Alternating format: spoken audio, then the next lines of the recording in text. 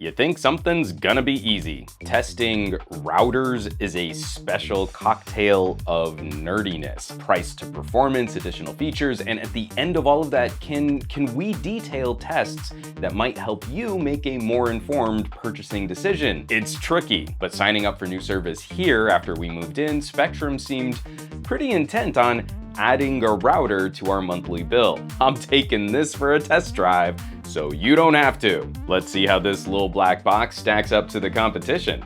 The competition of my 5-year-old Linksys. It's a showdown.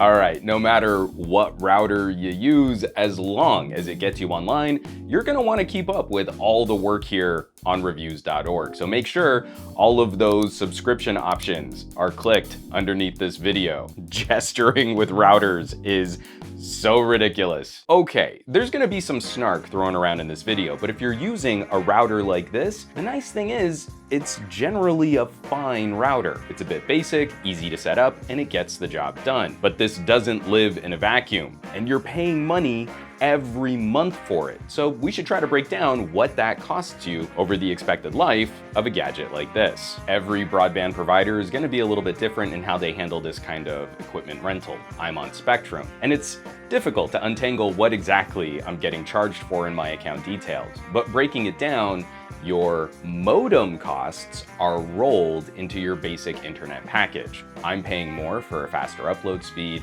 and then on top of that, I'm paying $5 a month for Wi-Fi service. Pretty much just means this. $5 a month is pretty reasonable. You spend $60 a year to keep your Wi-Fi up and running. That's not bad. Years ago, I picked up this Linksys WRT 3200 ACM right at the launch of Wi-Fi 5. Wi-Fi AC was all the rage, and up front, this cost $250. We've recently seen the move up to Wi-Fi 6 and Wi-Fi 6E. We have a video about Wi-Fi 6 on this channel. You should probably check that out. Wi-Fi 5 is still solid and likely will be for a while, as older phones, tablets, and computers are still kicking around. The Linksys I have is still available to purchase through resellers. It still is a pretty decent router. What Spectrum leases is a Sagemcom Fast 5280. Sagemcom, no idea. I looked up FCC data, not how to pronounce the brand name. Regardless, both of these are Wi-Fi 5 with gigabit Ethernet ports to extend your wired network as well. Jumping into a bit more of a comparison, I think the Fast 5280 is generally a nicer looking box where you might try to install it, putting it in a central location in your home. I understand the practicality of having external and adjustable antennas, but I can't say I've ever been a fan of the robot bug look. And I will say, this router as a separate piece from your modem is way easier to manage if you need your Wi-Fi broadcasting from a different location than where your modem plugs in. I really do not like those all-in-one combo modem routers. Those modem gateways are a pain to put anywhere. So Spectrum's router wins an early style point, but now we gotta dig into the tech. The Fast 5280 is an AC 2650 class device. The Linksys is an AC 3200 class device. It's kinda in the name of the router, WRT 3200 ACM. That alphabet soup of a name actually does mean something. Wireless classes are kind of a little obtuse. It's a rating derived from taking the maximum speed of the 5 gigahertz radio, adding that number to the maximum speed of the 2.4 gig radio. It's generally helpful that the bigger number is probably better, but it can get you into trouble if there are specific devices you're looking to support. The Linksys is AC 3200. The max speed of the 5 gig radio is 2600 megabits per second. The 2.4 gig radio is 600 megabits per second. 2600 plus 600, 3200.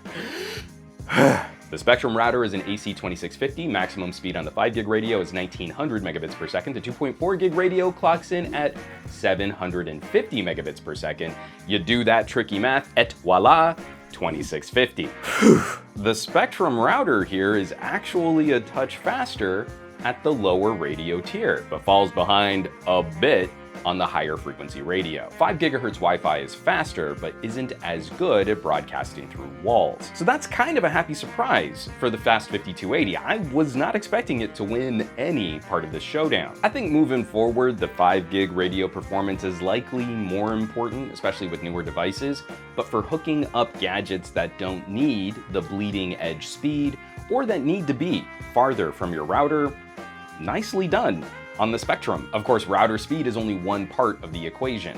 Broadcast power matters too. And that wasn't really detailed on any site I could find for the 5280, so off to the FCC we go. I'm not gonna bore you with all the crazy details here, but the FCC tests across a range of frequencies. On the 2.4 gig radios, the Spectrum router puts out a little more power than the Linksys, and that shouldn't come as too much of a surprise. On the 5 gigahertz radio, the reverse happens. The Linksys bookends the lower 5 gig frequencies and the higher 5 gig frequencies with a dip in power in the middle frequencies. The Fast 5280 isn't as consistent with wider variances across the frequency range. But peak power to peak power, the Linksys wins on the faster radios. This is where real-world testing gets difficult. I can set up both routers, run speed tests, and it's kind of an artificial way to compare. It doesn't tell you what you should expect when you install one in your home. The configuration of your home, where you put the router, the number of walls in between you and the router, building materials, they all contribute to how a signal broadcasts or degrades. I tried to balance what I consider to be a usable signal against the distance I could sustain that signal out in our parking lot. So this is not scientific, but running some speed tests and downloading some files off of my NAS, on the 2.4 gig radios, I would say the two were pretty close, and probably in margin of error territory where even the heat of each day and the wind blowing might have impacted the results. On the 5 gig radio, the Linksys took a bit more of a lead, sending out a faster sustained signal at a longer distance. But considering the floor plan of my home, both boxes handled my square footage more than adequately. Okay, as a brief tangent, can I just say how hard it is to make this stuff look fun? I mean, Shaka gets to hold up a phone and talk about OLED screens and fun things to do with your cameras. I've got to troll FCC filings and then I get to hold up a box, but I digress. In terms of setup, I'd probably also call this a wash. The Spectrum router might be easier to set up for someone who's really not tech savvy, but the system for doing that, which goes through Spectrum's website, might be just as complicated as setting up the Linksys, which goes through a setup process in your browser. I honestly can't tell anymore what really might be easier for consumers. The more we try to simplify and streamline some decently complicated gadgets, unexpected complications arise. I personally feel better using the Linksys portal, but I'm a little more familiar with this kind of hardware. The Linksys takes an easy win for advanced features though. Digging through the Fast 5280, it's pretty simple. There's a lot more you can manage on the WRT. And if you really want to dig in, you can flash custom firmware that opens up more customization. A router is a little computer that manages your internet traffic, and you can open up more computer features on the Linksys. To that end, I feel both products do live up to the idea of what they're built for. The Linksys is a more expensive product and highlights better network management, and it has some pro tools to complement that idea. Spectrum's solution is a bit more plug and play, but covers basic home networking well, with slightly better support for older computers. So the last compare point has to be price. I mean, the Linksys was $250, and that's a lot to spend up front. Hold on for just a second. Gotta do a little quick math. Been paying $5 a month, same period of time as I've owned the Linksys, and carry the 7, literally from the day I got it, and I put out a YouTube review on this Linksys back in the day. If I had been renting a Spectrum router that whole time, I would currently be at $285. Now, I think there still could be an argument, maybe for someone who wants some peace of mind with support. You don't buy the Spectrum router, you lease it. Buying the Linksys, I only had a 1-year warranty, which I did have to use it around 5 months in. Linksys replaced that first router, and this second router has handled the rest of my time with it great. No other issues. Someone not looking to deal with individual manufacturers or shorter warranties. Anything happens to your network, well, it's on Spectrum to fix it because they're leasing you the hardware. Still, if we're just looking at the math involved, it's tough to find many other wins for leasing over owning. And this conversation gets even harder if your equipment rental fee is higher. Charter is also roughly $5 a month in most markets.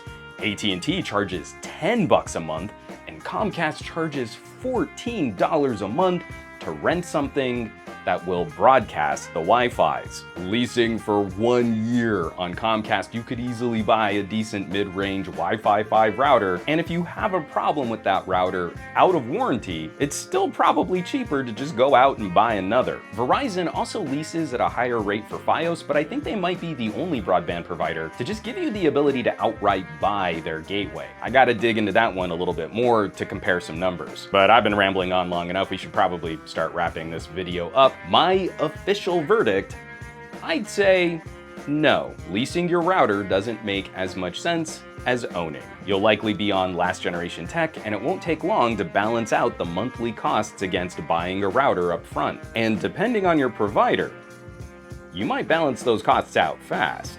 What say you in the comments? Have I missed any major data points or quality of life perks? Drop me some comments down below, and make sure you keep up with all the content from the reviews.org team, the videos, the articles, the social media. Probably a lot more fun than shooting video of Wi-Fi routers, but we make do. As always, thanks so much for watching, for sharing, and subscribing. For reviews.org, I'm Juan Carlos Bagnell, aka Some Gadget Guy, and I'll catch y'all on the next video.